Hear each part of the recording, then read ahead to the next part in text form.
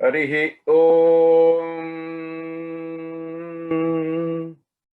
Ganana Tva Ganapati Havamahe Kavim Kavinamupamashravastamam Jyeshtarajam Brahmanam Brahmanaspatha Anashranvano Devissedasadanam Prano Devi Saraswati Vajebirvajinivati Vinamamitrayavadho Ganeshaya Namaha Saraswatyai Namaha Shri Gurubhyo Namaha Harihi Om Vande Shambham Umapadim Suragurum Vande Jagatkaranam Vande Panagabhushamrghadaram Vande Pashunam Pathim Vande Surya Shashanka Vandinayanam Vande Mukunda Priyam Vande Bhaktajana Hridaya Varadham Vande Shivam Shankaram Om Vyasaya Vishnu Rupaya Vyasa Rupaya Vishnave Namo Vai Brahma Nidaye Vasisthaya Namo Namaha Harihi Om Tat Sat Sri Narayanarphanamastu. Swagatam, Namo Namaha, and welcome to the third session in the series of the concept of karma. So we've had 2 weeks. In the first week, I introduced what was karma all about and its fundamental tenets on which it is based. And then last Saturday, I looked at the first two elements, which are prarabdha karma and sanchita karma, right? I'm giving you explanatory explanations on what they are and how they can be overcome and how they work within the definition of a person's life. Today we are moving on to look at the other two, the tail ends. It's what we call agami karma, and something that comes out of agami is called kriyamana karma, right? So we'll look at these two. Just to go back to remind you of what I said to you last week. Aksharam Brahma Paramam Swabhavo Dhyatma Muchyate Bhutha Bhavat Pavokaro Visarga Karma Samniyatham. Remember the wheel, right? And there's a centerpiece that is holding the wheel, but it's not spinning like the wheel. It is on which the wheel is located, placed, and therefore the wheel spins around it. That centerpiece is Brahman. Aksharam Paramam Brahmam, right? Imperishable. And all that revolves around him is perishable. Adhyatma. So unless and until you identify yourself and recognize yourself to be a part of that Aksharam Brahma Paramam, the centerpiece of Brahma, you will continue to revolve in this cycle of Janma, birth, Marana, death, Punarjanmaha, rebirth.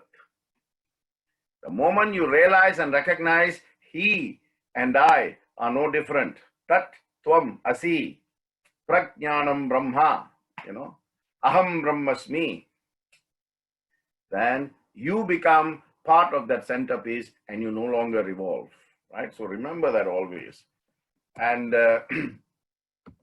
also, I told you last week, that the law of karma is a counterpart. The counterpart, if you have a coin, you have two sides, isn't it?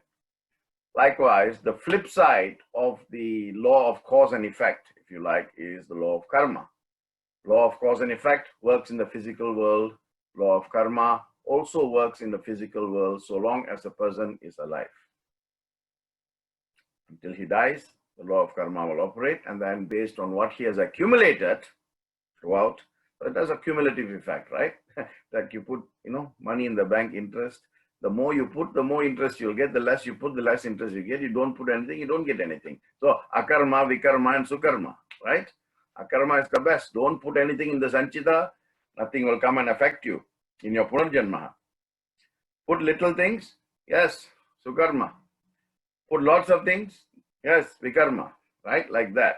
So what you need to think about is, in the same way cause and effect affects the physics of the natural world, the law of karma will also affect a person so long as he is alive. So very simple, very natural. Good equals good, bad equals bad. However you want to say it, right equals right, wrong equals wrong.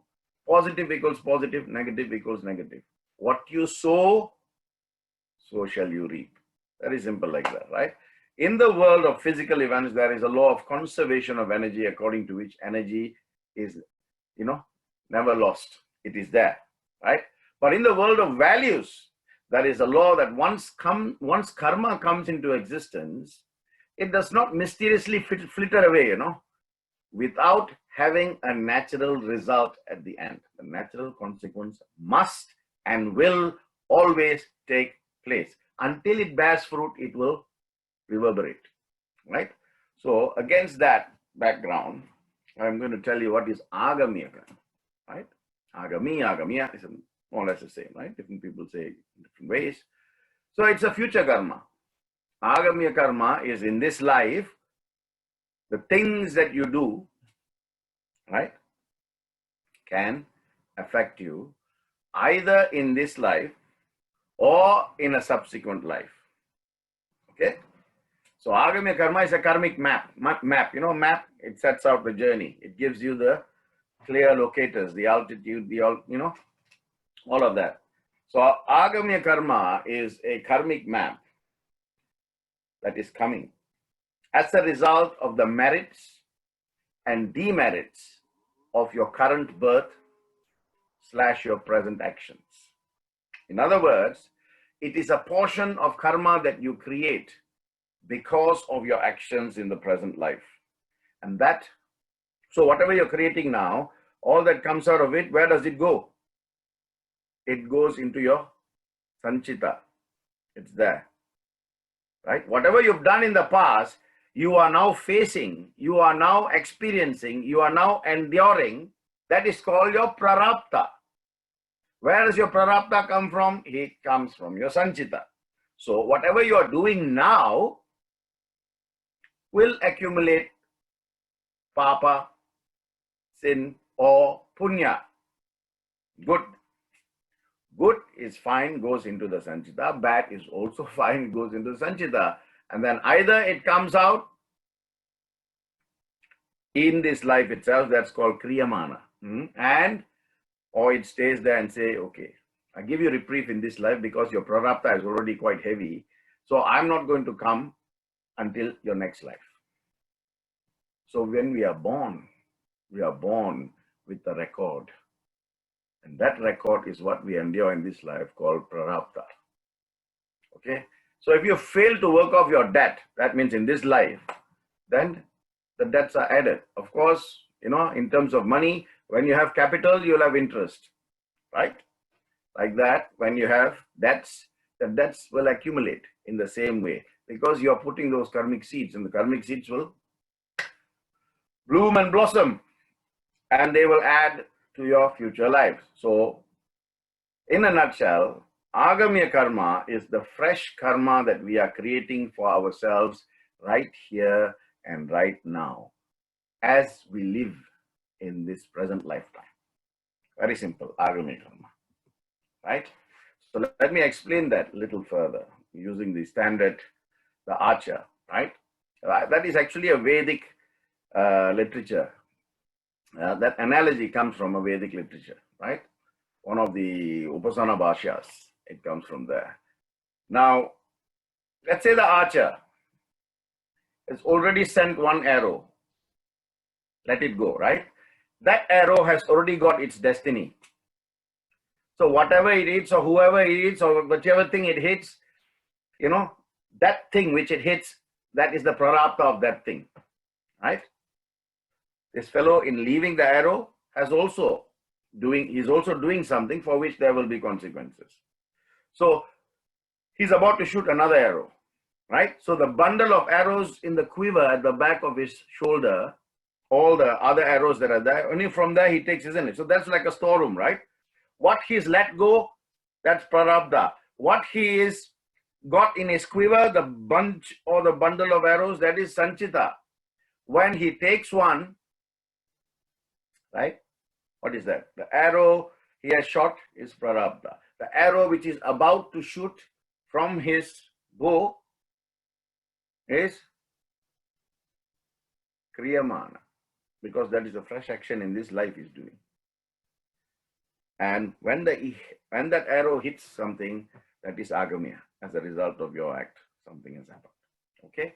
So I give you a more modern Vedic analogy, may be a bit more difficult, but some of you can understand it very good.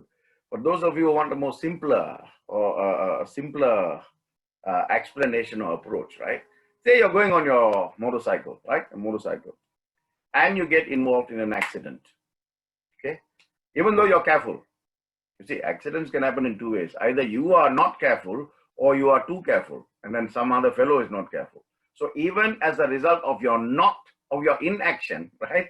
You being very careful, someone else can be reckless and come and still knock into you. So when you get involved in such an accident, that is your prarabdha. This point in time, you were supposed to feel and go through and experience and endure this event.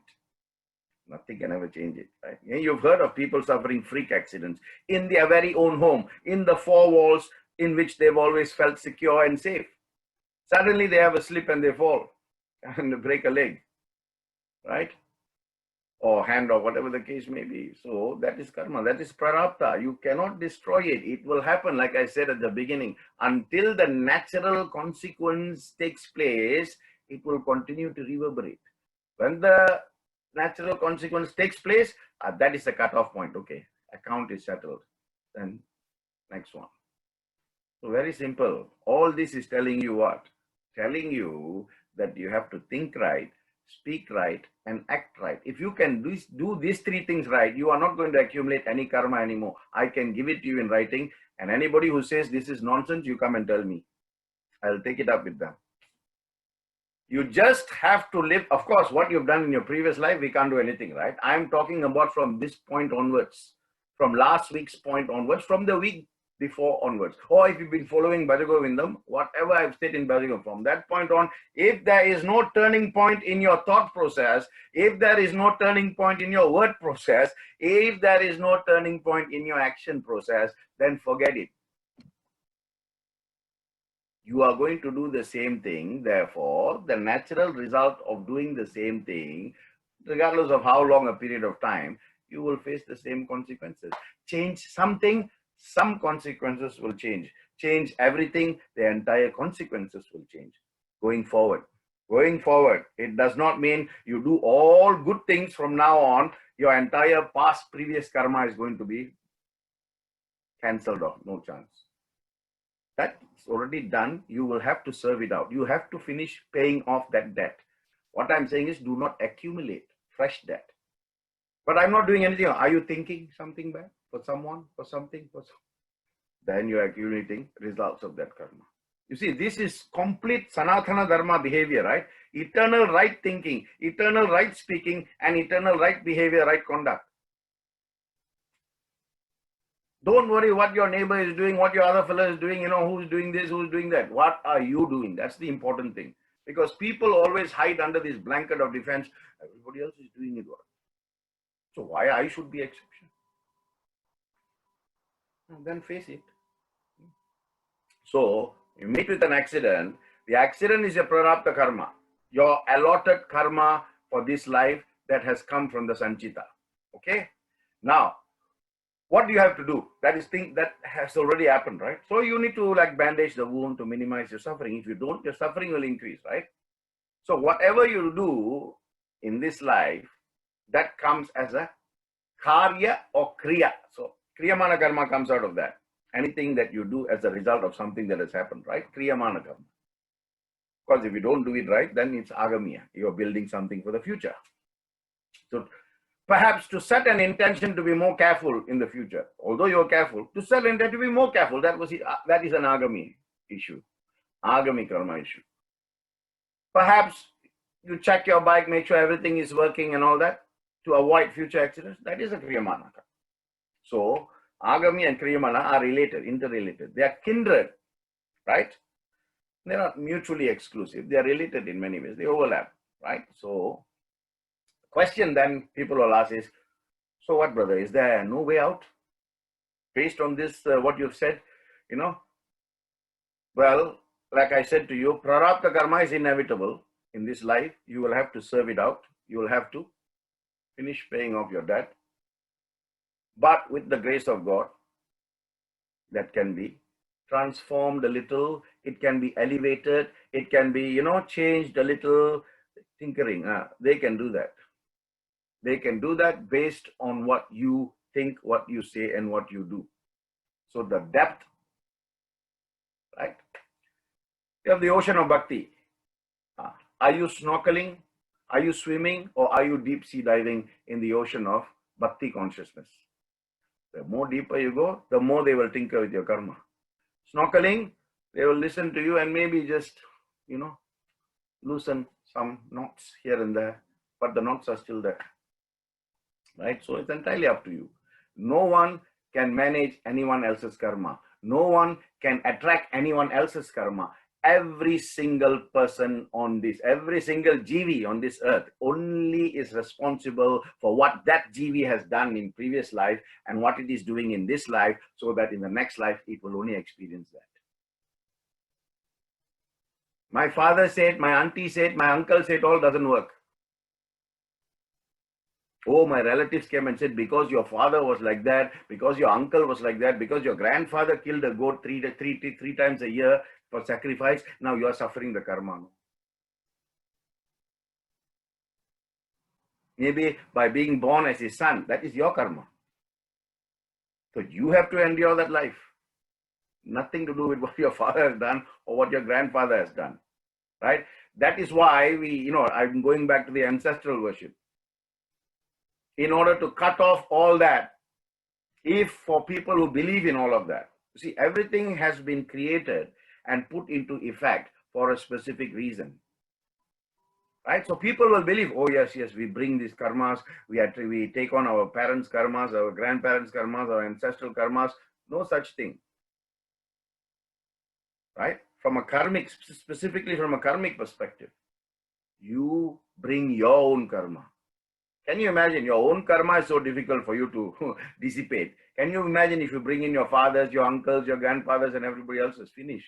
There's no life, right? That won't happen. If it is so bad, then you go down to the lower realms. Atala loka, vitala loka, sutala loka, patala loka, taratala loka, rasatala loka, 7 realms. Just like above 7 heavens, you have Bur, Bhuva, Bhu, Bhuva, Suva, Maha, Jana, Tapa, and Hum Satyam. Like that, 7 up, 7 down, right? So what I'm saying is karma actually moves in 2 directions. Good or punya karma, bad or papa karma. Every single thing that you think, every single thing that you speak, every single thing that you do, either it attracts punya karma or papa karma. Who has the choice? You have the choice. Can you blame anybody else? Of course you can. Should you blame anybody else? You should not. Make that choice. So Krishna told the Kauravas and he told the Pandavas. He never said, you are wrong. You are wrong. You should do this. You should do that. No, he says, should this be done in this way? If you do this, then these are the ramifications.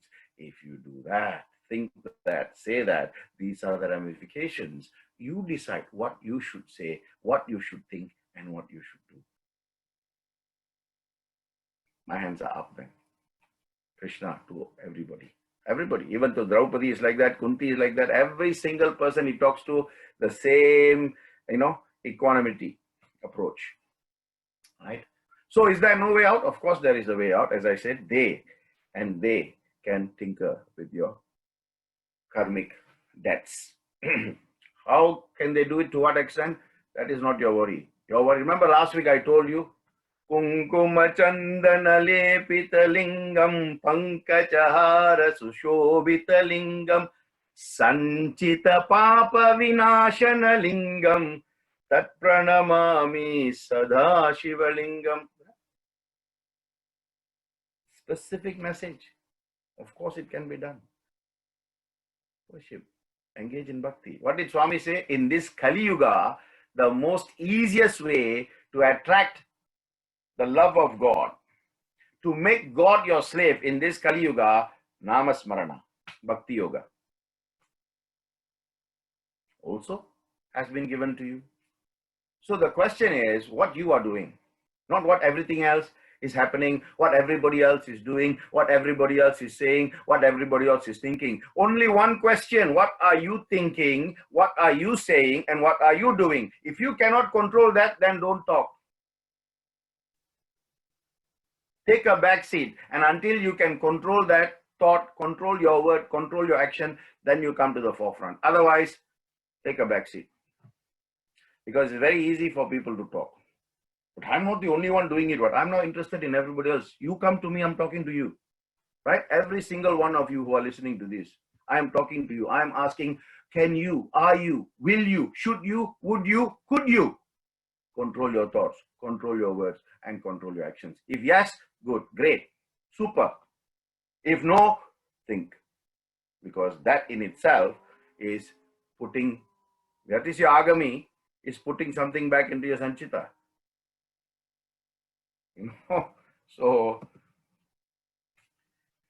the only way, that's the only way. You stop setting negative causes in motion, negative causes in your thoughts, negative causes in your words, and negative causes in your action. That way you avoid creating the future account. No account. Nil, akarma. Whether you do it for your own, sukarma, or for others, vikarma, no more. Doesn't matter what other people say, I'm just going to think good. Doesn't matter what other people say to me, I am just going to speak good. Doesn't matter what other people do, I am only going to do good. Why do you worry when the superpowers can take action much better than you, much more effectively than you, much more accurately than you?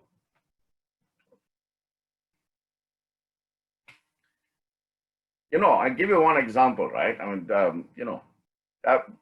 I have endured some cheating in my life with builders and with people who come and, borrow money and things like that. They never give back.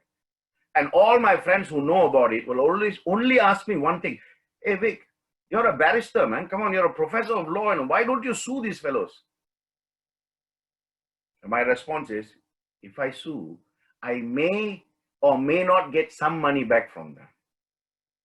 There are other things that prevents them from paying, and if they're bankrupt or if the company is insolvent, so many things. So I tell all these people who say, why aren't you suing? You're a barrister, or you don't have legal costs. I say, number one, every time I do something, I'm spending my time. So I need to ask myself, is this a constructive use of my time? Number two, if I do something, if I take that and I say, I am going to do something about this, right?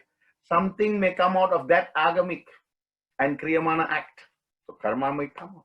So I say, I have done no wrong to this person, but this person has done wrong by me. I leave it to the Creator, because when he hits Changa Chakra Gadadhari, Narayana has got the Gadam, the same Gadam that Hanuman has. When that moves, no force on earth can prevent the consequences. I say, leave it to him. So the reason I'm sharing this with you is, whenever something happens, surrender. Sampurna Sharanagati. If I do, I can only do 20%, 30%, 40%, or 50%. But when God does 100%, because God is not doing because he desires that. God is just rewarding you for your own thoughts. God is just rewarding you for your own words. And God is definitely rewarding you for your own actions. Otherwise, why should Swami say, do good, think good, speak good, feel good, be good, everything will be God? Compassion in your thoughts, compassion in your words, and compassion in your actions. That way you live consciously and you don't cause harm in any way. It's maybe difficult to do, but not impossible, right? Not difficult, not impossible. But to try and get out of our comfort zone, that would seem difficult. That would certainly seem daunting and in some cases impossible. So, no, I can't do this. Right? Even the word cannot. C-A-N-N-O-T starts with can, C-A-N. Who makes it cannot? You. You say cannot. When the first three letters are saying can. Anyway, I want to tell you because this race called life, right? I want to tell you a story about this race called life. Okay. There was a boy who wanted to be a big time racer, right? Runner. So he was practicing every day, and then he was looking for contests here or racing contests, running contests here, there, everywhere. So he found one in the next village and he went there. And that goes in a round robin system, you know. So you run the first heat, the second heat, the third heat. So you make it to the finals and then you run the finals and you win. So the boy ran the first race, right? And he won and he kept winning. And each time he won the race, the crowd was crazy. The crowd was ecstatic because the boy was very good, right? Then the second heat came. Again, he won. So he won all the race until the final race, right? In the final race, he also won. Again, all through this time, the crowd went crazy. They were ecstatic. After he won that, he was a bit, you know, saying, I want to race some more. I want to race some more. You know, I want to race. Give me people. Give me people. You know, people came. And then crowd was silent. What's wrong with this fellow? Right? Then one man got up and he brought two people to the track.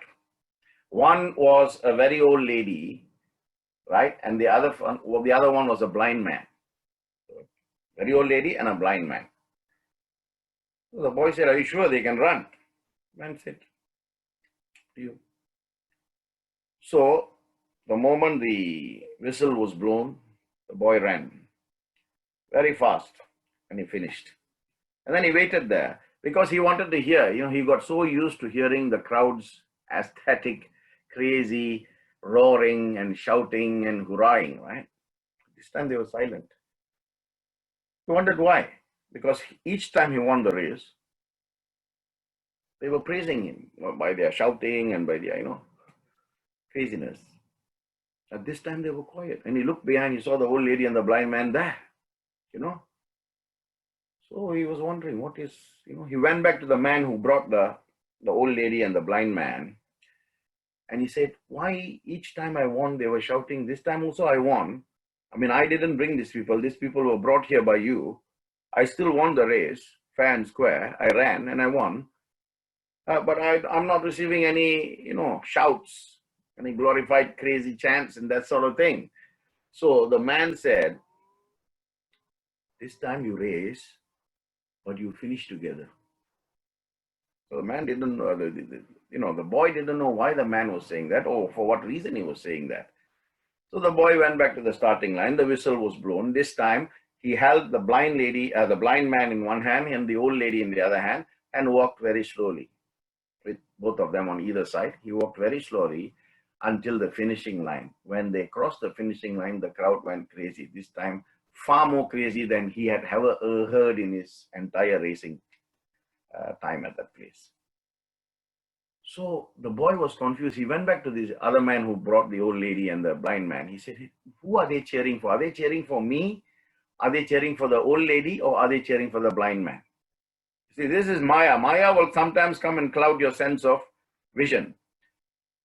The old man said they were cheering for all three of you as one unit because you have just won the race of life. You didn't run the race of life. You have won the race of life. So the moral is, now I have to ask you, what are you racing towards? Who are you racing for or what are you racing for? Who are you racing with? hungry for success? Is winning the only measurement of success? If you keep running and keep winning, soon the people will stop cheering for you. Just like the story here. If you keep running and you only want to keep winning, soon the people will stop cheering for you. Think, look, and see who is running the race with you. Are they equal? Are they weaker? Are they less richer, less affordable? Are they able to run and win? Run the third race like this boy. Walk with them. Help them finish together. Cross the line together. Because that is the best race of life you can ever have in this life. It is not important that you win the race, dear brothers and sisters. It is important how you run the race called life. So don't only think to win, because winning is not everything. Even in losing, there is a lesson. Even in winning, there is a lesson. So think about it carefully. Buddha said it very beautifully. He said, all that we are is a result of all that we have thought. So all that we think will become something in the next life. How superb is that? You are, and Swami has said, isn't it? Dust if you think of dust, you are. God if you think of God, you are. As you think, you become. Isn't it? Ramana Maharishi said, I am the owner of my karma. I inherit my karma. I am born of my karma. I am related to my karma. I am supported by my karma. Whatever karma I create, whether good or evil, I shall inherit that. No one else. Shiva Purana has said that. How men should recognize the truth and how their liberation is curtailed by their own deeds. Who can hinder your spiritual progress? No one else except you. But he did it to me. Yes, but you are reacting. Remember, I said to you the difference between reactions and response. Never react, because that does not have the thought process inside. A response always has a thought process. Right? Once you believe in this concept of karma, that belief system will work for you. So if you know, I only have to think right, speak right, and do right, and you start living your life like that, definitely you will see change. Definitely you will see change. People around you will see change. Right? Destiny is not a matter of chance. It's a matter of choice. It's not a thing to be waited for. It is a thing to be achieved. Okay? So what do? Empty your mind. Okay? A university professor, once went to see a famous Buddhist monk, to talk about the Zen of life, While the master welcomed him, and then he was making some tea, and then he was pouring the tea, right, into the cup. The professor was continuously, what professors do? They keep talking. He was talking about, this is the principle of Zen, this is the good thing, this is the bad thing, this is the Kamma, this is the Panna, this is the Pali, all that. The master, all the time listening, kept pouring the tea until the tea started to overflow from the cup. Overflowing, but master still pouring. Now, the professor watched and he thought, the master will stop because the tea is overflowing. But master continued. And then the professor stopped talking and he said, Master, what are you doing? The cup is full. No more will go in. What are you doing? Why are you pouring when the cup is already full? Then the master said, that is you. How can I put more knowledge in you unless you first empty everything of your mind? Isn't it? We always talk. What does Swami say? Come with empty hands so I can fill it up. If you come with full hands, I can't put anything. When you go with empty hands, you must also go with an empty mind. Hence, empty your cup. Cup here is your mind. Then they can see what to put in. This is one of the reasons, one of the things why we celebrate Navaratri is coming, right? So I think it's good for me to remind you, right? 9 nights. And the 10th day is called Dasera or Vijayadashami. Vijaya means victory, Dash means 10, Ami means day. Victory on the 10th day, Vijayadashami, right? how do people celebrate? How it is meant to be celebrated and how people celebrate are two different things. So, of course, you're doing something in this life, you're creating new things, new karma, karmic consequences. Remember, Agamiya put things in the storeroom, Sanchita. So, next life you will come and face that. 3 days for Durga, 3 days for Lakshmi, 3 days for Saraswati, right? 3 days for Durga is emptying. This story that I just told you, emptying all the bad thoughts, all the bad words, all the bad actions. Then when you're empty, you can go to the next 3 days for Lakshmi. Lakshmi is putting in. It's empty now, isn't it? So Lakshmi is putting in. What is he putting in? Lakshmi means money, what brother? Only money. Put in how much Lakshmi you put in. No. Right? She is Dhanavati for gunas. Gunas is character. So you ask her to enrich you with the wealth of character. Because that will last. Wealth in its ordinary sense, money, will not last because it has got a karmic journey to make. It will be with you, then it will go to you, then it will go to you, then it will go to you, then it will go somewhere. It will go to the shopkeeper, it will go to the bus stop, it will go to the train, it will go to the journey. It will go through its journey. So you are just one person through which money passes. But character is yours to stay, is yours. It belongs to you. So you ask the next 3 days Lakshmi to fill in all the good characteristics. Make you a solid good person. Then 3 days to Saraswati, what do you ask? Of course, bachelor in engineering, bachelor in law, bachelor in medicine. No. You ask for Atma Vidya. 3 days to Saraswati, you say, make me become self-realized. I want to become a jnani. Don't put all this materialistic. Remember Bhajagovindam, right? Samprapte sannihite kale nahi rakshati dukrin karane. He's already said that. So 3 days to Saraswati, what you should be asking? You should be asking for self-realization. Self-consciousness. Atma Vidya.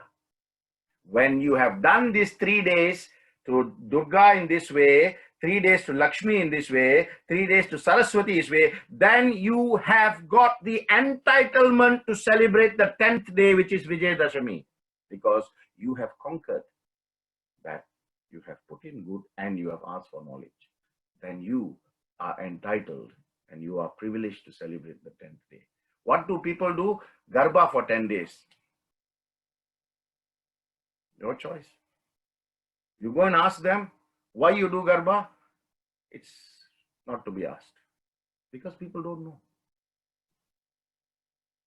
Let me tell you, the 9 days, right, is the battle in the battlefield between Devi, right, Mahishasura Mardhini, and the different demons, right, Chanda, Munda, Sumba, Nisumba, Madhu, Kaitaba, the Dhumralochana, Raktabija, and Mahisha, 9 demons.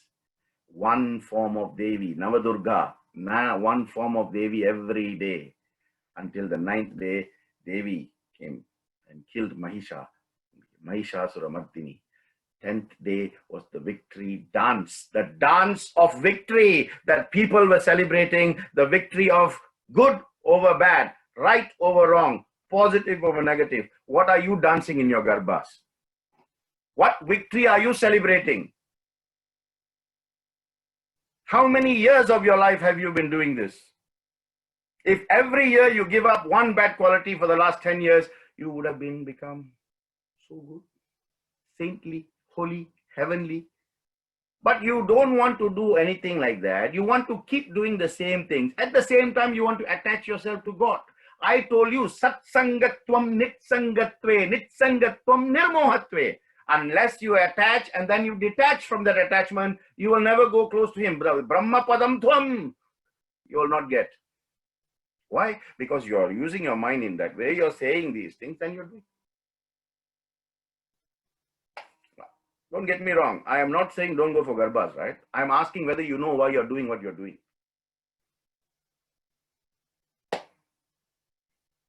I've been chased out of garbas because I went around asking, why are you dancing? Why are you dancing? Why are you dancing? I mean, in a nice way. They said, out, no time for you. It's become so commercialized. Money, right?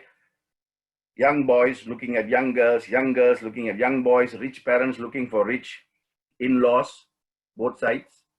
That's what it has become. That fight that Mata had done for 9 days that resulted in the victory dance on the 10th day has gone.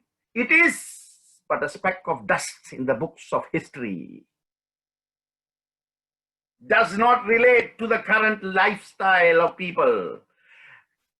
Garbha is the way forward. Then be faced with the reality of the karmic consequences. That is the story of empty your cup. So I just broadly in the Navaratri there. Every single thing has got a reason, has got a significance. You don't understand, you keep doing the same thing, of course you will get consequences from that. Right?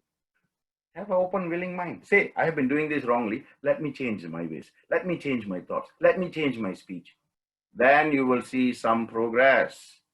Otherwise, you cannot. Right? Some people want to be taught everything in one sitting. That's not possible. Right? You have to go through your entire, 6 plus 6, 12 years of primary school before you go to college. You have to do 2 years in college before you go to university. Any degree is 3 years. After that, master's is 1 year. After that, PhD is 5 years. You can't, without going to the school, you cannot go and get a PhD. Unless you're one of those brilliant, power brilliants, right? With 275 IQ, then you can do it. You have to unlearn before you start learning. That's the point, But we get so wrapped up in this aspect of life that we close ourselves off to new experiences, and then we say, why am I not experiencing divinity or spirituality? So be careful what you're doing now. This is agami, right? Everything that you do now, when I say everything that you do, I mean everything that you think, I mean everything that you speak, and everything that you do. This is agamiya, and he says consequences. The consequences is good thought, good word, good speech, good karma goes into your sanchita. Bad thoughts, bad words, bad actions, or a mixture of that, that mixture only will go into your sanchita. Next birth, it will come out, right? The kriyamana karma is instant or current. So I finished agami, I'm going to. Kriyamana karma is instant. It is made here and now, right? It has to be worked off immediately, right? It has to be worked off immediately. For example, right? You go and park your car on a double line or on a red line or a no parking space. What will happen? You'll get a ticket and you have to pay the ticket, right? That is kriyamana karma. Instant, current, or being made now. The arrows in hand. That one. Okay. Kriyamana karma can be looked at 2 subcategories. One is called arabdha karma, right? The other is called anarabdha karma. Arabdha karma and anarabdha karma. Arabdha karma is the karma that is sprouting, right? That means it's literally begun or it's literally being undertaken. Whereas anarabdha karma is not yet commenced, it dormant. It is dormant. No, it is dormant. That means it's going to come. Give you an example, right? 2 people, they go and commit a crime. One of them gets caught, the other runs away. And this is arabdha karma, anarabdha karma, right? The one who gets caught is arabdha karma. It has already started and the consequences are already sprouting. Of course, he gets caught, the police will come, court case, go to jail or whatever the case may be, right? So he is already experiencing the consequences of that act. That is called kriyamana karma, right? The one that got away, he thinks he has escaped. No. Anarabdha karma means it is there. At that time, at the right time, it will come and get you. It will knock you when you least expect, right? The other fellow who escaped, right? This robber fellow, he will have to experience that at a later time, either in this life or in a future life, because that's what he has done. And I told you, this will carry on until the natural consequence is achieved, right? 1 must minus 1 in order for you to get 0. Otherwise, that 1 minus 1 will not take place. Okay? So Vivekananda said, you can undo or undo things. You sow an action, you reap a tendency. You sow a tendency, you reap a habit. You sow a habit, you reap a character. And you sow your character, you reap your destiny. Beautifully said it. Hmm? Action gives rise to tendency. Tendency gives rise to habit. Habit gives rise to character. Character gives rise to destiny. What more do you want? You can undo because destiny is a bundle of habits. So your destiny is your creation. Whatever you've created, you can undo and create new ones. You know, I'm talking about your desires, creating new desires, changing your ways, right? So is there a way to destroy bad karma then? Because that's all people are interested, right? You won't believe the number of calls I get or text messages or WhatsApp messages or emails. How can we destroy bad karma? So you do everything bad. You think all these bad things. You say all these bad things. And of course, you do all these bad things. But you only want one answer. How do we destroy it? Well, I'll give you one answer. You can't destroy it. You can transform it. You can dissolve it slightly. A big rock can be made into a small stone, into a little pebble. How? Bhakti. Bhakti Marga. How are is your thinking helping others? You know, I've said this before, right? In all my talks, I said, every day do you get up and pray for others, or do you get up and only pray for yourself? If you want wealth, I'll tell you how to do it. Pray to God and say, give me wealth so I can help everybody who needs. Not give me wealth so that I can live a good life. The moment that intention becomes clear, your sankalpa is clear, you will get money from somewhere.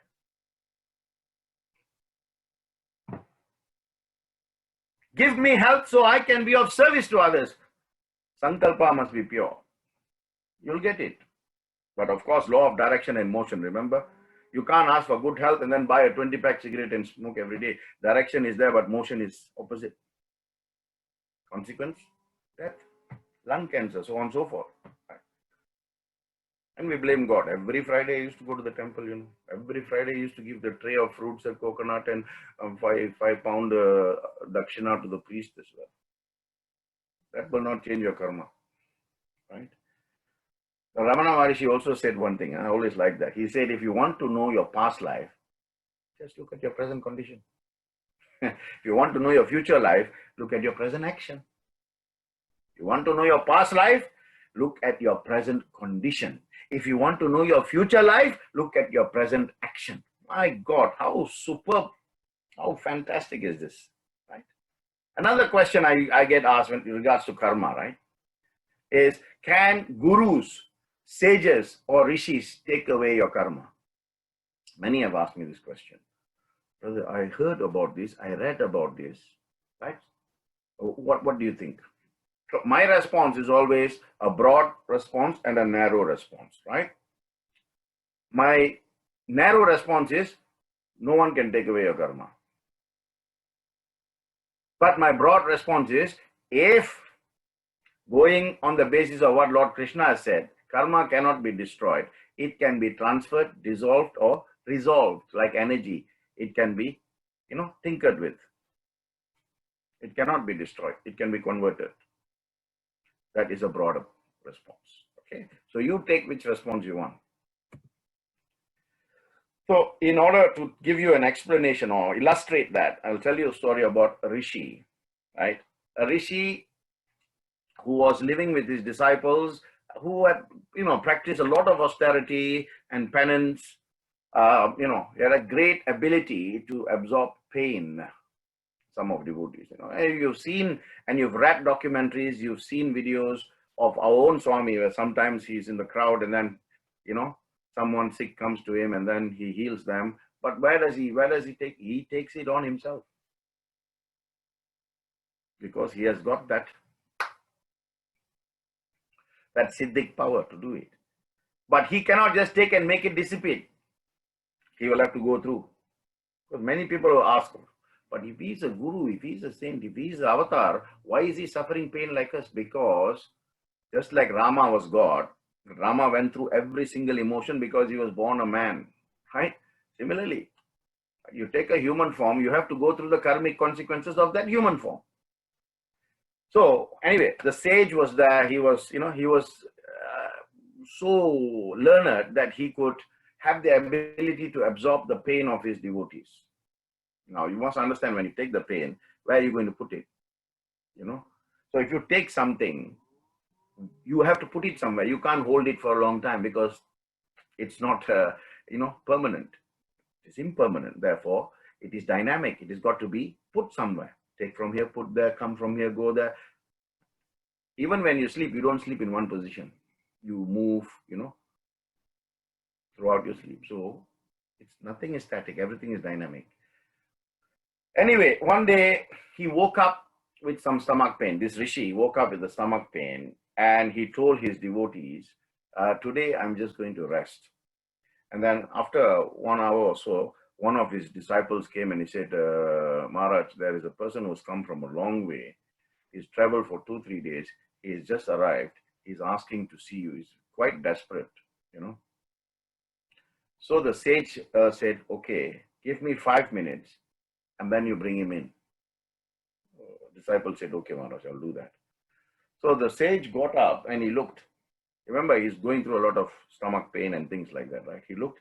There was a little bunch of grass growing, where he was sitting. He was lying down under the tree. So what he did, by his Siddhic powers, he transferred the stomach pain to the small bush of grass. And then he sat, and this person came to see him. He spoke to that person, gave him some guidance, told him what to do. The devotee was very happy, incredibly happy. He left the stage in peace. After the devotee had left, his disciple came and said, "Maharaj is gone." He was very happy, all that.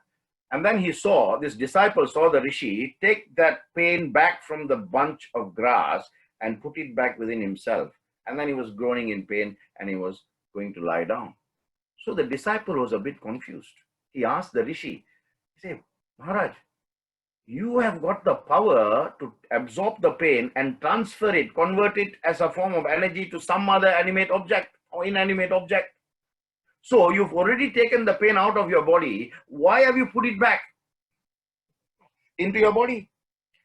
The sage smiled and explained to him that if he did not take that pain back and endure the pain himself, remember, the bunch of grass was innocent until he gave the bunch of grass that energy called pain. So the grass would have to endure that energy. As a result of me doing that to the grass, I have accumulated fresh karma that I will have to endure. It may not be through a stomach pain, but it will come to me in some other form. So what I am doing is akarma. I am negating every single possibility of accumulating new karmic consequences. Fantastic, right? Swami has often said this. Some conscious thing will have to undergo that pain if I didn't take it back from the grass. You cannot escape karma, the rishi told him. That was a learning curve for that disciple, right? So yes, the power of sages and rishis, they have got the power, they have got the, spiritual power, the spiritual knowledge, the spiritual experience to balance. More bad, okay, I give you a bit more good for you to help, but I'm not going to destroy or completely annihilate this. You will still have to do, but I'm just empowering you a little bit more, motivating you a bit more, supporting you a bit more so that you can do this. Remember, every sage has a past, every sinner has a future. All karma must be taken in. The only difference is those who are enlightened, like the rishi, like Swami, all these people, they know what to do. So they are never worried about it. So Swami says, why worry? Worry is like a rocking chair. It will give you something to do, but it will not take you anywhere. So they can absorb. We shouldn't question how this works. We should not go into the analysis of the mechanics of how this transformation works from one rishi to another rishi. No. The fact is, I have full faith in you. Manasa bhajare gurucharanam dustara bhavasagara dharanam. What more you need? It is yours. What? As long as you don't surrender, he cannot do anything. If you take your car to the mechanic, unless you give him your car key and leave that place, he will not be able to do anything. Although he tells you, I'm here, I can start. But he cannot start until you have handed over the surrender is like that.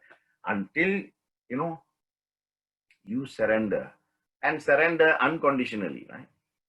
Love unconditionally, same thing. Surrender must be also unconditional, right? So we have been given a chance as this Narajanma is full of opportunities. How are you using the opportunity? You see, you can stand in a bus stop and miss one bus and say, another one will come in 10 minutes. You can miss the second one and say, another one will come in 10. The buses will keep coming and going. What are you doing with your time? How much time have you wasted? That's how it should be. The ocean of consciousness of life is so vast that it can absorb good and it can absorb bad. But the power of absorption is in your power of thoughts, is in your power of words, is in your power of action. So the more good, the more absorption of good. Little bad, little absorption of bad. Medium size bad, medium absorption of bad. High all the time bad, absorption of that. Everything is in your control. So why are we blaming everybody else? Isn't it? You have to know karma. I told you, karma is like energy. It cannot be destroyed. It can only be transferred, absorbed, converted. So Krishna says, well, just as fire burns everything to ashes, the fire knowledge of the ultimate Brahman destroys all worldly desires to ashes. Nothing in this world of manifestation exists as purifying as knowledge itself. Yoga Shastras. And this is where we build from next week onwards when I go into the Bhagavad Gita. These 3 weeks is actually the foundation. I'm digging down so to put a solid foundation, then I'm going to build the building. The better the foundation, the stronger the building. I just dig one meter, the building will not stand or will not stand for very long. Like that, right? Everybody knows Narada, right? Narada Maharishi. Narada Maharishi there's a story of why he is a, Purna Brahmachari, right? Chiranjeevi. So I tell you, after a long period of, tapas, going through all these great austerities, Narada one day was gifted with the gift of having conquered all temptations. So he went to Vaikunta and prostrated before Narayana and said, I am now Nishkala, Niranjana, Nirvikalpa, Nirottama. Conquered all. Vishnu said, okay, good. I'm happy for you. Then he went to, Narada went to Kailasha and told Shiva, I have done this. I am able to conquer everything. Shiva went and told him, the next time you go to see Narayana, don't talk about this, right? So Narada was interested now. He said, why? I'm telling you, don't talk. Because, it may create some other thing. So now he's created a doubt in Narada's one. Narada went back there, right? And he said to him, I have conquered this. Now, I can resist any temptation because that is my point. So, why is that an issue for you? Vishnu said nothing. He was in complete silence except smile, Mandahasa, smiling. Mandahasa means one who smiles perpetually. And Vishnu sleeping in the, Ananda Shesha, full of always Ananda. Anyway, so Vishnu, although he didn't say anything to Narada, he looked down on earth. So Narada was also inquisitive, right? So he looked down on Narada. And he found that a king who had a very beautiful daughter was going to get her married. So Narada said, I'll go and see. I'll attend this wedding, right? So, in the olden days, the kings, how they got their daughters married was, all the suitors will come and they'll be seated. They'll be seated, and then the king will bring his daughter, and the daughter will walk past. She'll be given a garland. She'll walk past each of these grooms, and then she will stop if she likes someone or if she's, keen on someone, and she'll put the garland on that person. And of course, everybody else goes back. This person then becomes the groom, and then the marriage ceremony takes place. Those were the days. right? Women had to say. Now it's the other way around, right? So what happened was, Narada went, but the moment he saw the beauty of this girl, the daughter, the princess of the king, he was so taken. And he told the king, I will also take part in this, Swayamvara. So the king said, of course, Narada Rishi. So Narada sat there and he said, if I sit with this face, the girl definitely will not choose me. I must have a face like Vishnu. So secretly he began to communicate with Lord Vishnu and he said, give me a face just like yours so that the girl can resist everybody else and is only attracted to me. Right?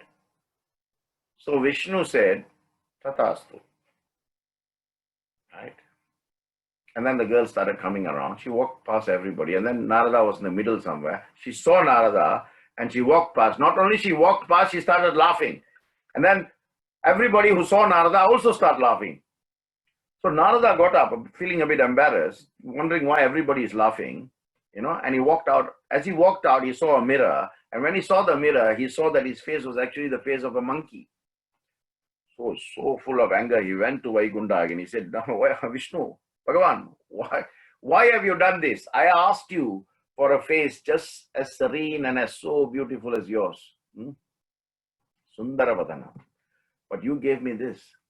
He said, Narada, all that I have done is shower my grace on you. All your tapasya, all your austerities has brought you to a level where you are beyond temptations. And if I gave you my face, I will put you back into the world of desire and the world of temptation. You would have got married to this girl and that is the end of your rishihood.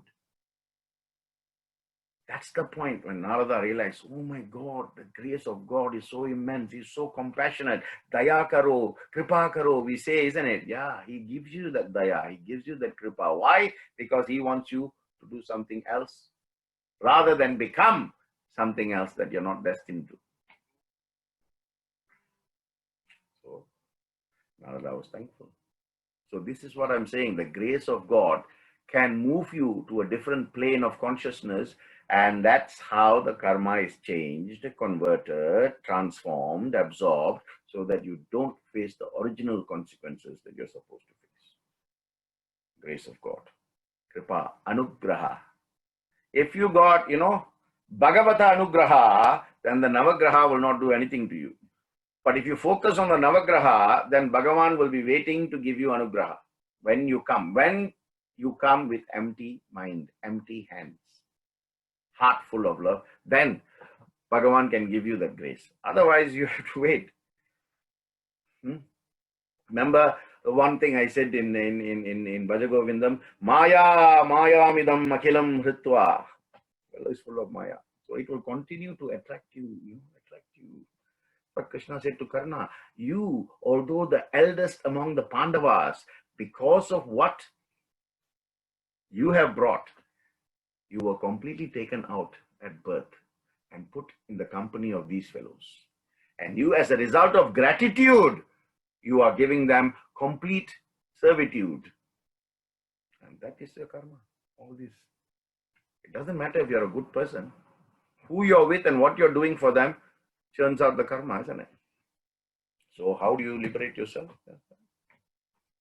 So the last thing I'll tell you is how your desire, your thoughts and your actions, the Ichcha, Chitta and Kriya connect together into a bundle called karma. Right? I'm going to tell you the story of the farmer and an eagle's nest. Eagle's nest. Okay.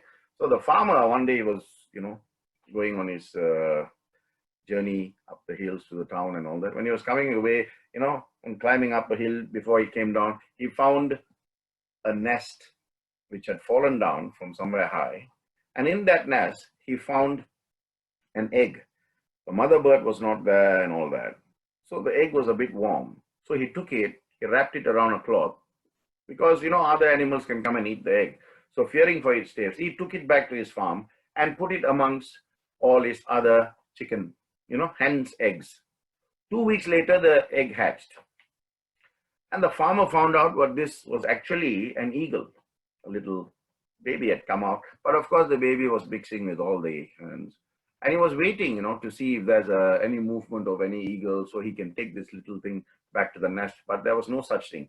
So he left it there. The young eagle grew among these chickens, just like them, right?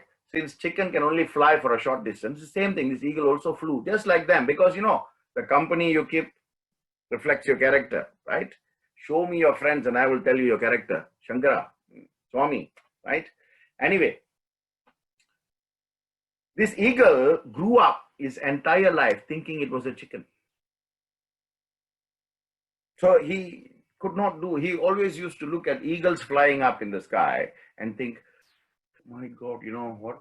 How nice if I can fly like this. When it had the ability, but because it was clouded by the conditioning of the surrounding, it did not realize its true potential, right? So one day he asked all the others, who is that guy? He's flying so high, right? The other chickens are telling him, oh, that's the eagle. He's the king of the birds. He belongs to the sky. He soars, he controls, he can come down and swoop on us and he will just carry us. Then the chicken thought, my God, I want to be like him. But alas, I am just a chicken. What I want to say to all of you is, you are all an eagle. You are all an eagle. So you, in this life, should soar high into the skies of spiritual awakening and land onto the grounds of realization that you and God are no different. But if you keep living this life thinking that you're not fit, that you're not good enough, that you are a chicken when you're an eagle, then you will die as a chicken. You may have been brought up as a chicken, but if that eagle had ventured a little bit more, it would have realized that it and the eagle are no different. It is verily an eagle. Manusha Deva Rupanam. So man is made in the image of God. That is why when man worships God, he makes godly images in the form of, male gods, female gods. Manusha Deva Rupanam. Right? So if you live your life, all your life, believing you are a chicken, you will never realize that you're actually an eagle, and therefore you will miss the true potential or purpose of your life. So live your life for the purpose for which that life has been given to you. Right? Every day, every awakening day is a fresh opportunity for you. Like I said, nothing in all nature is more certain than the fact that no single thing or event can stand alone. Something you do, something will happen. Something you say, something will be felt. Something you do, everything, cause and effect, right? Karma. Superb accuracy it goes. Hence the Gita says, Yajñartham karmano nyatraha lokayam karma bandhanaha tatartham karma kaunteya mukha sangha samacharaha. Work done as a sacrifice to God has to be performed. Otherwise, it binds you. Lokayam karma bandhanaha. It binds you to the material world. Therefore, tatartham karma kaunteya, therefore, son of Kunti is telling Arjuna, Krishna telling Arjuna, perform your duties to his satisfaction, not to yours, not to anybody else's. Tadartham karma kaunteya mukta sangha samacharaha. Then everything in this sangha will be equal and balanced. Because then you will be unattached and free from bondage. I will end there because I think we've gone 10 minutes past 12. Give some time for questioning. Anyada sharanam nasti tvameva sharanam mamaha tasmat karunya bhavena raksha raksha narayanaha. Om Tat Sat Sri. Aishvara Purnamastu. Right, sister? Sarah, it was lovely. Once again, thank you. The first question is, if you are living out of prabdha in this life from your sanchita and shooting the arrows, how are you making new karma? Say again. If you are living out of prabdha in this lifetime from your sanchita and shooting arrows, how are you making new karma? You see, you must understand something, right? When you are born as a result of all the good things that you have done and all the bad things you have done. For all the good things, you will experience and enjoy good things. But for all the bad things you have done, you will experience some negative consequences. That is called prarabdha. Whether when you experience good and bad, that is what you have brought, right? Now, you're asking, how can I acquire more? Yeah. If you take a stone and throw at a bird's nest, right? If you pass by a tree and pull a leaf and let it fall. If you litter on the streets, anything like that, that is agamiya. And that can either become a kriyamana, which you serve here and now, or it goes into your sanchita for later. That's very simple, straightforward. Okay, next one. Are the thoughts also karma? Swami says, leave the thoughts as passing clouds. Don't worry about them. Please clarify how you make your thoughts pure. Yeah. If you worry about everything, then you are creating consequences for that worry, isn't it? That's why he says worry is like a rocking chair. It will give you something to do. It won't take you anywhere. When Swami says don't leave your thoughts as passing clouds, he's telling you don't get attached to it. That's all. If you get attached to it, then they are not passing clouds. They are there to stay. And those clouds, when they stay, they accumulate more and they rain more. You have to face it. And if only you are thinking good all the time, then those will continue to pass. Yeah, next one, sister. Christians and Muslims talk about a day of judgment. Hindus have rebirth and karma. Which is right? All is right. What are you? Are you a Muslim? Then you follow Muslim. Are you a Christian? You follow Christian. You're Hindu? You follow Hindu. Who am I to say this is right, this is wrong? He has said there is only one religion, religion of love. If you are his devotee, then you shouldn't be asking this question. My only question to you is, are you thinking right? Are you speaking right? And are you acting right? That is the religion. Not Islam, not Christianity, not Hinduism. The Swami says that if you are a Hindu, become a better Hindu. If you are a Muslim, become a better Muslim. If you are a Christian, become a better Christian. So why do you ask me this question? I have no answer for that. Except to say, think right, dharma. Speak right, dharma. And act right, dharma. That is your religion. And that is right. Karma is not a religion. Karma is a consequence of a belief in a concept of religion called Hinduism, which is based on Sanatana Dharma or eternal righteousness. If you do eternally right, no problem. If you do eternally wrong, all the time you'll have problem. If you mix right and wrong, good and bad, you will experience some good, some bad, some right, some wrong. So where are you not clear? Which part of this are you not clear about? Okay, this is the next one. Should we not do dharmic duty rather than leave to the Lord? Who's asking you not to do? I am telling you do. Think, speak and do. Full stop. You want to live to the Lord. The Lord is living or you are living your life. The Lord has given you a life so that you can show him, thank you, I am here because you put me here, right? For a reason, right? Now I'm doing. Not only I'm doing, I'm also thinking right and I'm also speaking right. Dharma produces karma, simple as that. Okay, sister, next one. If you have lent someone money and they don't give it back, is it because you may have owed it to them in your past life? Is it your sanchita? That may be because you have brought it with you, yes. That may be because you have not been careful enough, right? So it could be your karma to go through that phase of, cheat, absence of trust, absence of faith, an experience. And every experience is a karmic consequence. Something that has happened. I'll tell you something funny, right? And we had a lot of building works in our house. And obviously 2 or 3 builders have come, and 2 builders will do what they do. My wife will always joke with me. She must, because she handles that side of thing, right? I am just the, Chancellor of the Exchequer. She's the Home Office, right? So she deals with all the projects. She always joke with me and she'll say, I must have been a very bad builder in my past life. That is why all these builders are giving me so much of problems.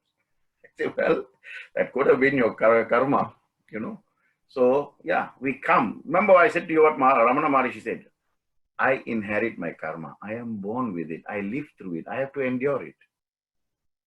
Right? So when you're enduring it, surrender.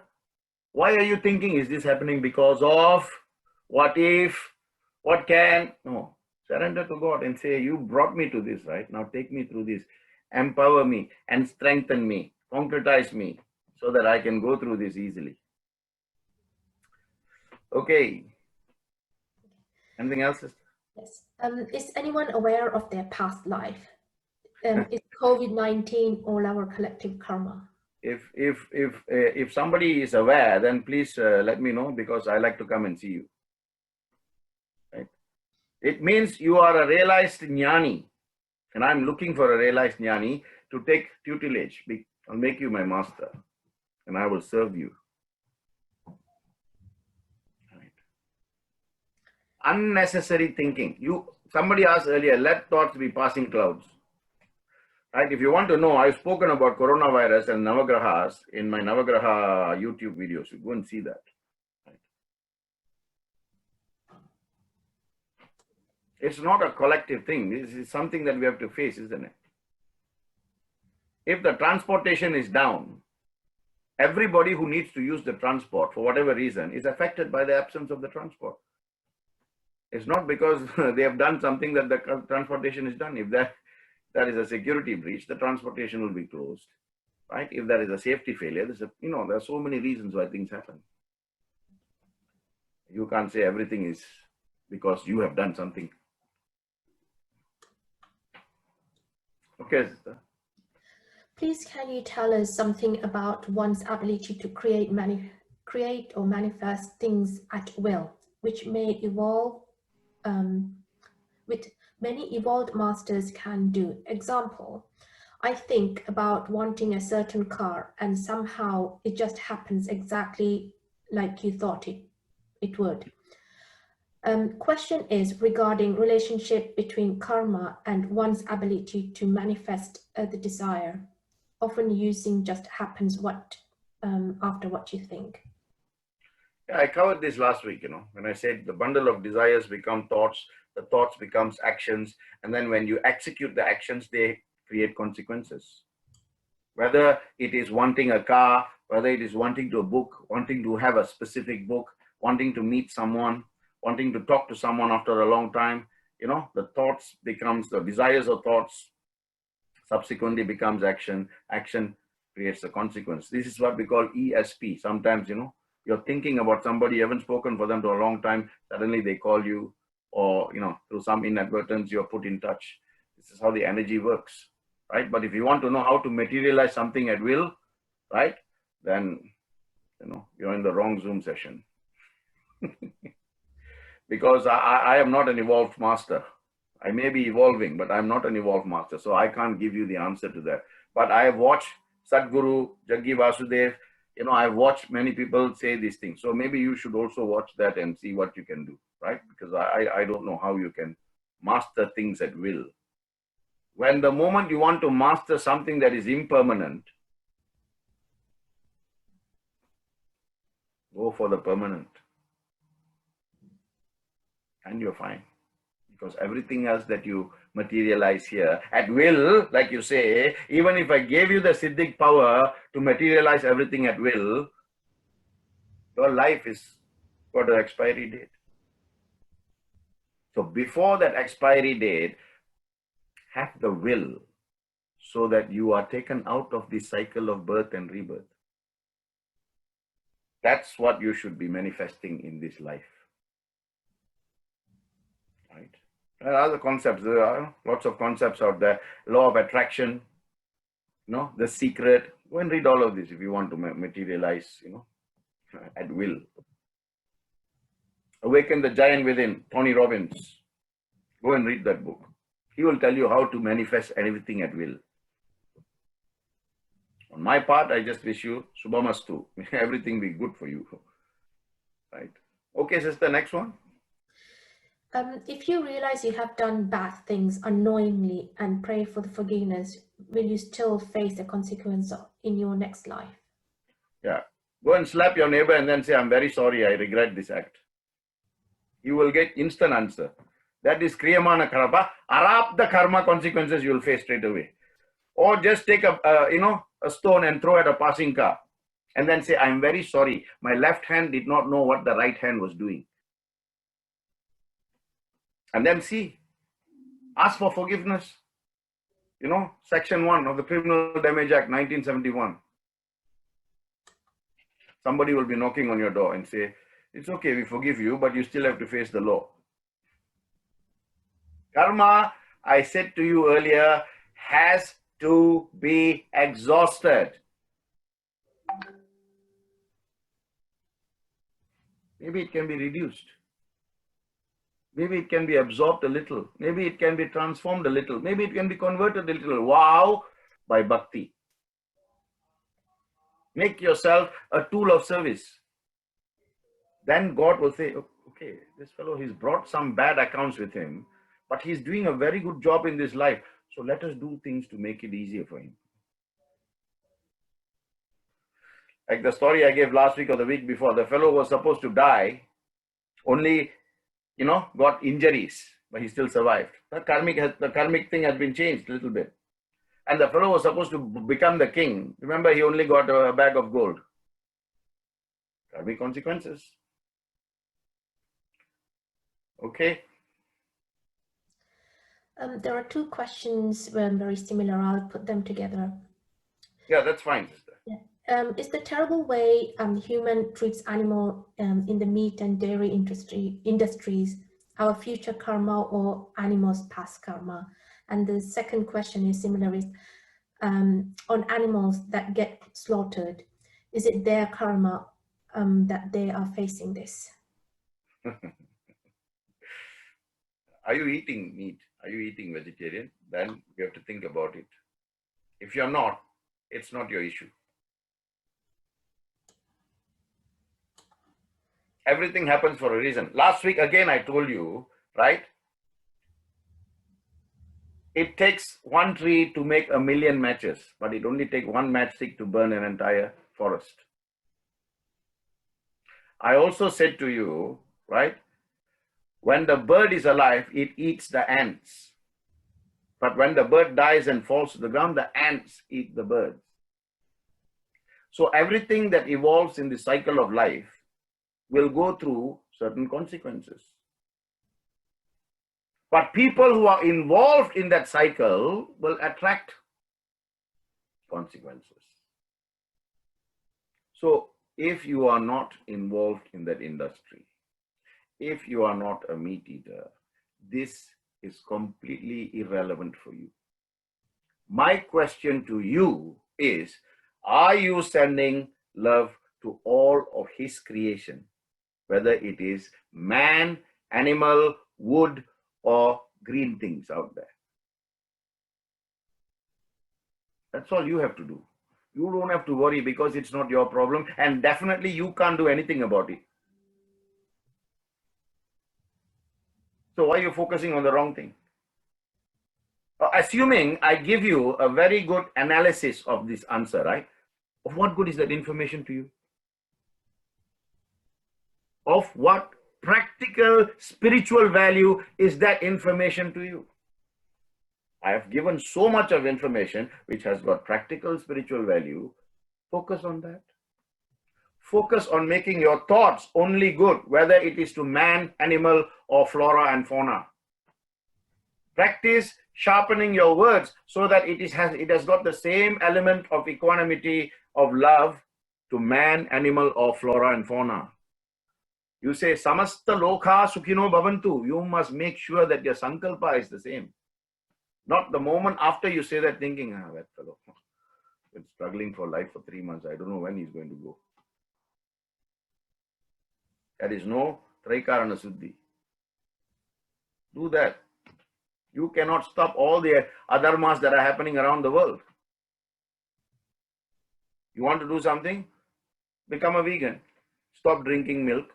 Stop using dairy products. Become a vegetarian. Well, if you eat vegetarian, you're also destroying, all the green out there. What? Stop eating. Stop surviving. One day you're going to die. What? So just die straight away.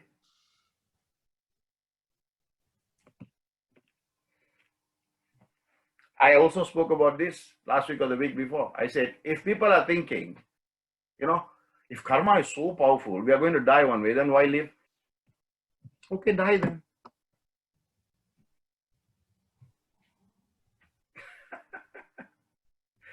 You have been given the wisdom. You have been given this life for you to live. Why? For you to make a difference. Why? For you to make this life become so worthwhile that you will not get another life. Your choice. Isn't it? Instead, I give you a simple thing, right? You walk, a prick, you get a prick, a thorn pricks your feet. You hold your feet, you can see the thorn in your feet, or in your foot, right? You just hold the foot and you start crying. Oh, thorn inside my foot, thorn inside my foot, thorn inside my foot. I'm in pain, I'm in pain, I'm in pain. Things will never change. And this is what, this is what is happening. What you must do is you must pull out the thorn and put some medication and continue with the journey. Choice is yours.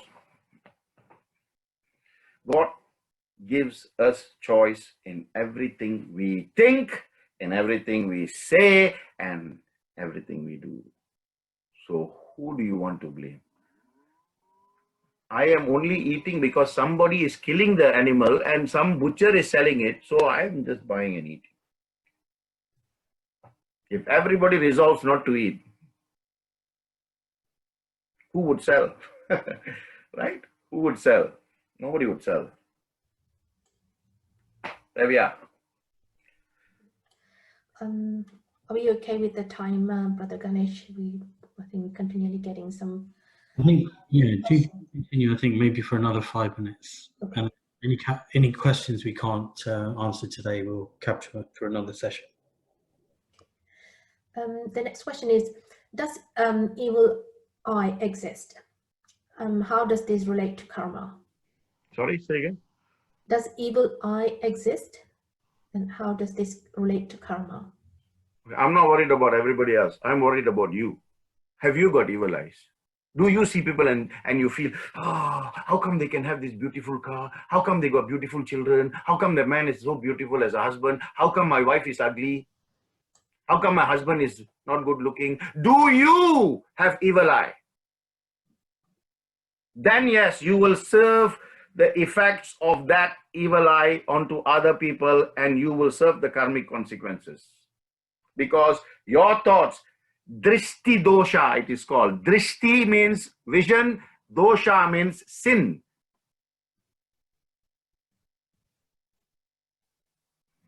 Of course,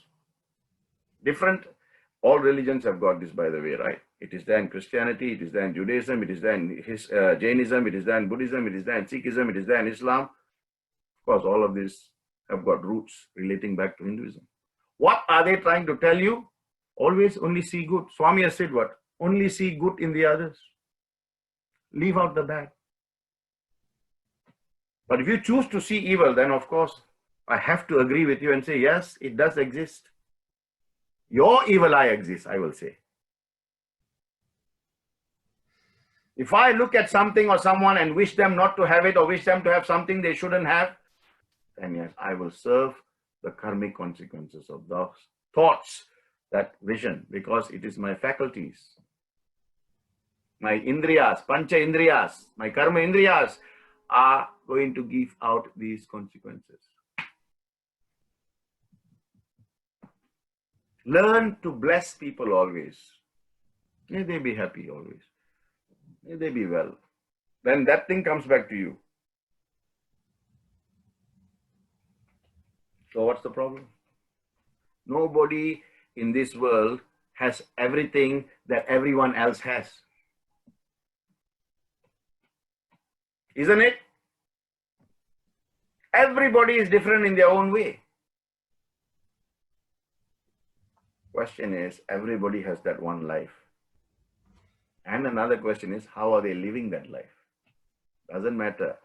When you go on that day of judgment, only one question. I'm not interested if you were Bill Gates, billionaire, or whether you were, preacher Vigneshwaran. I want to know how you lived your life. Let me look at your karmic account. That's all. Who you are, what you are, does not matter. How you lived your life. Remember the story I told you, it is not how you, run the race. If you run and only want to win, then you're doing the wrong thing. Right. Okay, any more, sister? Yes. So we are all in this human life as we still have karma, good or bad. Throughout life, we keep on accumulating karma. I have read that when you meditate, you are cutting down on your karma as we are with God at that time. What are your thoughts on it? Do you come out of meditation? Or are you in a Purna Dhyana state? Then you are in Samadhi. If you meditate for 10 minutes, you are not accumulating any karma. But the moment you come out and you go back to your normal life, the race starts. So there you have your answer. If you say, when I'm meditating, I'm with God, so I'm not, I'm not accumulating any karma, I'm reducing my karma. Yes, you're reducing your karma. You're not accumulating your karma, because in that thought with God, you are only focusing on that.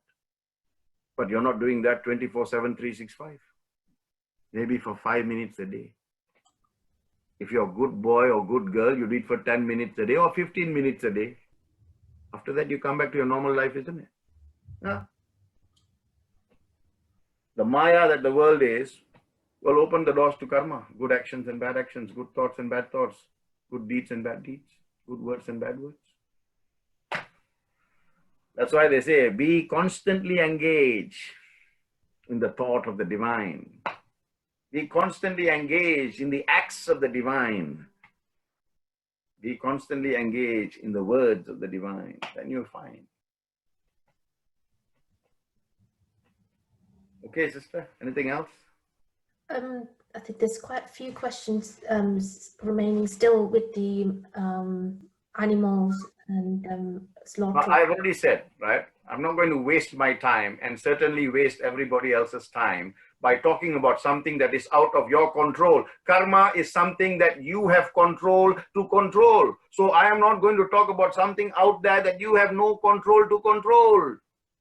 Control your own thoughts, control your own words, and control your own actions. You can stop the milk industry, you can stop the meat industry, then you go and do it. I will pray to you until you can do it, unless you can do it. Otherwise, I'm not going to waste my time talking about it, because it is not a business that started 3 years ago. For centuries, this has been happening. So, no, I can give you an answer, but I am refusing to give you an answer because that information is futile. Right? Go and do your own research and see what you can do. If you can do something, like I said, I shall prostrate before you. As far as I am concerned, I have decided not to harm any animals by my thought, by my word, by my deed. That's all I can say. That's how I can live. Of what relevance is it to me if my neighbor is eating meat? That is his karma.